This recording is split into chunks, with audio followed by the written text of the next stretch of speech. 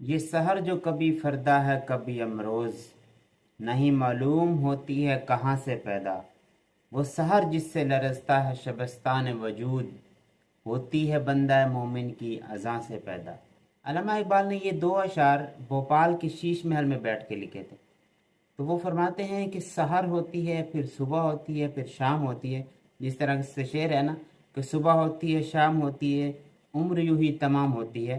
تو اس طرح سے وہ کہتے ہیں کہ یہ دن تو آتے جاتے رہتے ہیں، دن تو آ جا رہے ہیں اور یہ ازل سے چل رہے ہیں اور ابد تک جاری رہیں گے، لیکن وہ دن کب نکلے گا جب مسلمان کو فیل ہوگا کہ وہ روشنی میں آ گیا اور ان کی زندگیوں میں اجالا آنا شروع ہو گیا۔ وہ سحر پتہ نہیں کب پیدا ہوگی۔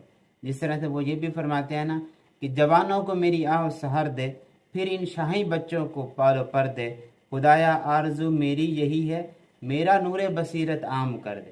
ان کا دل اس بات سے تڑپتا تھا کہ وہ راز کسی طرح سے مسلمانوں تک پہنچ جائے اور مسلمان اپنے آپ کو بیدار کرنا شروع کر دیں۔ فرماتے ہیں وہ سحر جس سے لرزتا ہے شبستان موجود، ہوتی ہے بندہ مومن کی اذاں سے پیدا۔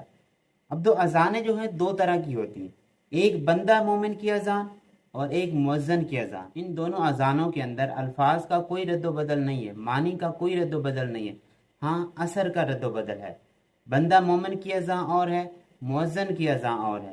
جس طرح کہتے ہیں نا الفاظ و معنی میں تفاوت نہیں، لیکن مؤذن کی اذان اور ہے، مجاہد کی اذان اور۔ جو بااثر آدمی، جو باعمل آدمی، جو اللہ کی راہ میں چلنے والا آدمی جب وہ اذان دیتا ہے، جب وہ اعلان کرتا ہے، جب وہ لوگوں کو بیدار کرنے کی کوشش کرتا ہے، اس کی بات میں، اس کے عمل میں اثر زیادہ ہوتا ہے۔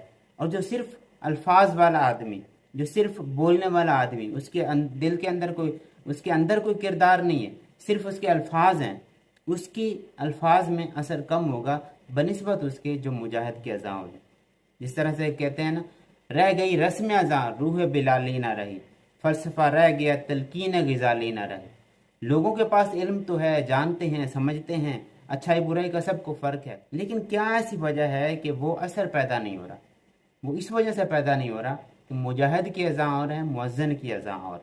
تو ان اشعار کے اندر ہمارے لیے اخلاقی سبق یہ ہے کہ اللہ تعالیٰ نے جتنا ہمیں علم دیا ہے، ہمیں اتنی ہدایت ہونی چاہیے، ہمیں اتنی کوشش کرنی چاہیے اس بات کی کہ ہم کم از کم اتنا تو اس پہ عمل کر سکیں، اپنے کردار کے اندر جو علم ہے اس کو لے کے آ سکیں۔ جو اچھی باتیں ہم دوسروں کو بتانے میں خوشی محسوس کرتے ہیں نا، وہ بتانے سے زیادہ ہم اپنے اندر اگر اس کو پیدا کر لینا تو دنیا کو بتانے کی ضرورت ہی نہیں ہے، دنیا خود آپ کے کردار کو دیکھ کے ہی سنور جائے گی۔